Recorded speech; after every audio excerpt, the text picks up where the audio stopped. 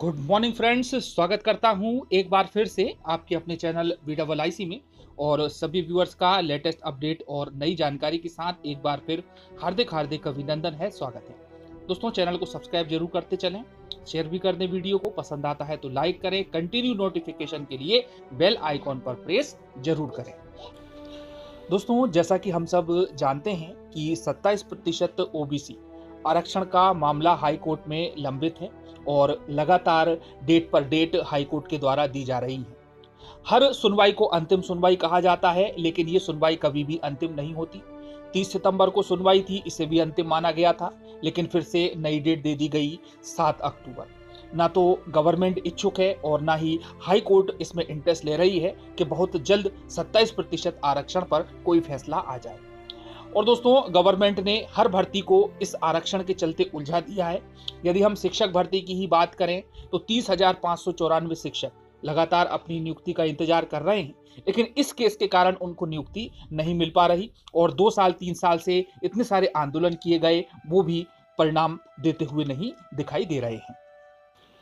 अब दोस्तों, जो लेटेस्ट अपडेट है वो ये है कि ओबीसी महासभा, जिसके बारे में हम जानते हैं कि काफ़ी लंबे समय से ओबीसी के 27% के मामले में चयनित शिक्षकों की नियुक्ति से संबंध में और भी ओबीसी से रिलेटेड उनके हक और अधिकार को दिलाने के लिए लगातार संघर्ष कर रही है। छोटे से लेकर बड़े आंदोलन उनके द्वारा किए गए हैं और अब जो लेटेस्ट अपडेट है वो ये है कि 27% आरक्षण मामले में इनके द्वारा हाईकोर्ट में एक याचिका दायर की गई है, जिसके संदर्भ में हम आज के वीडियो में कुछ सोशल मीडिया के माध्यम से और कुछ न्यूज़पेपर्स के माध्यम से चर्चा करेंगे कि आखिर क्यों नहीं दिया जा रहा है 27% आरक्षण और इस याचिका में किन किन पॉइंट्स को इंक्लूड किया गया है। तो आइए दोस्तों, बात करते हैं याचिका से संबंधित। देखिए दोस्तों, हम जो जानकारी प्रोवाइड करवा रहे हैं ये दैनिक भास्कर के सोर्स से ली हुई है और काफ़ी कुछ और अन्य न्यूज़पेपर्स में भी इससे रिलेटेड जो खबर है, न्यूज़ है, वह प्रकाशित की गई है, सर्कुलेट की गई है। तो इन सब से मिलकर के जो जानकारी सामने आई है वो इस प्रकार से है कि मध्य प्रदेश में 27% OBC आरक्षण पर एक नई याचिका दायर की गई है और इसमें मुख्य रूप से मांग की गई है कि नया बेंच बनाया जाए जिसमें जज OBC या सामान्य वर्ग के ना हो, और ये याचिका दायर की है ओबीसी महासभा ने। इस याचिका के माध्यम से हाई कोर्ट से अपील की गई है कि ओबीसी मामले की सुनवाई के लिए चीफ जस्टिस अलग से न्यायिक बेंच बनाए, जिसमें कोई भी जज ना तो ओबीसी का हो और ना ही सामान्य वर्ग का हो। ओबीसी महासभा के इस याचिका ने अब विवाद को भी जन्म दिया है। तो ओबीसी महासभा की ओर से अधिवक्ता उदय कुमार ने ये याचिका लगाई है। तो समझ गए दोस्तों कि जो अधिवक्ता है, एडवोकेट है, वो उदय कुमार है। अब इसको हाई कोर्ट में पूर्व से लंबित याचिकाओं के साथ लिंक अप करने की गुहार भी लगाई गई है कि इससे रिलेटेड जितनी भी पूर्व की याचिकाएं हैं वो भी इसमें शामिल कर लिया जाए और उनको भी जोड़ लिया जाए, जिससे कि सभी की सुनवाई एक साथ हो सके। अब जो वकील हैं, जो याचिका करता हैं, उनकी ओर से दावा किया गया है कि प्रदेश में ओबीसी की जनसंख्या का प्रतिनिधित्व 51% है। जैसा कि हम सब जानते हैं, गवर्नमेंट ने भी जो डेटा दिए हैं वो यही कहते हैं।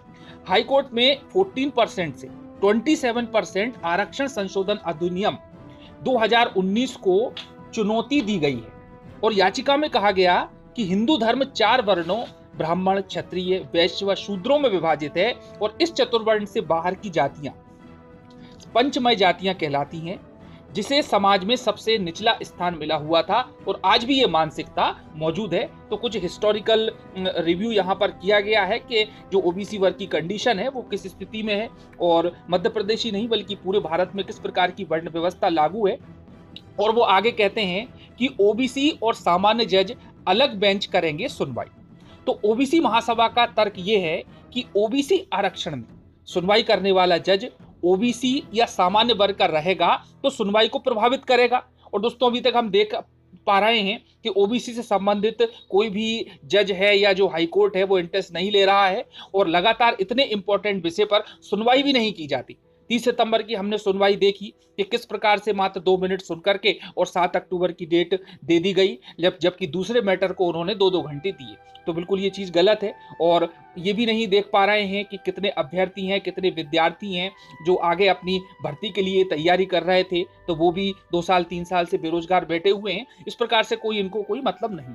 बहरहाल ओबीसी आरक्षण के मामले पर अब जो अगली सुनवाई होगी वह 7 अक्टूबर हाईकोर्ट में होगी और जैसा कि पहले से ही कहा जा रहा है कि ये सुनवाई भी अंतिम सुनवाई होगी और इस पर विश्वास करना बहुत मुश्किल है कि ये सुनवाई भी अंतिम सुनवाई होगी और फैसला आएगा। अब ये तो वक्त ही बताएगा कि 7 अक्टूबर को किस प्रकार से जो बड़े-बड़े एडवोकेट्स हैं, तुषार मेहता जी हैं, जय सिंह हैं, ये किस प्रकार से आपस में तर्क और वितर्क करते हैं और उसके परिणाम के आधार पर किस प्रकार से हाईकोर्ट अपना निर्णय लेती है, अपना डिसीजन देती है या कुछ ना कुछ दूसरा रास्ता निकालती है जिससे कि जो चयनित शिक्षक बैठे हुए हैं और भी जो भर्ती परीक्षाएं हैं पीएससी से रिलेटेड वह सभी खुल जाएं और किसी भी प्रकार से एक पॉजिटिव न्यूज सामने आ जाए। तो दोस्तों ये एक जानकारी थी कि ओबीसी महासभा के द्वारा 27% आरक्षण के मामले में एक नई बेंच बनाने की बात कही गई है, याचिका लगाई गई है जिससे कि निष्पक्ष ओबीसी की सुनवाई हो सके। अब हाईकोर्ट इसमें क्या संज्ञान लेता है ये तो वक्त आने पर पता चलेगा, लेकिन दोस्तों जो भी होगा सभी के सामने होगा।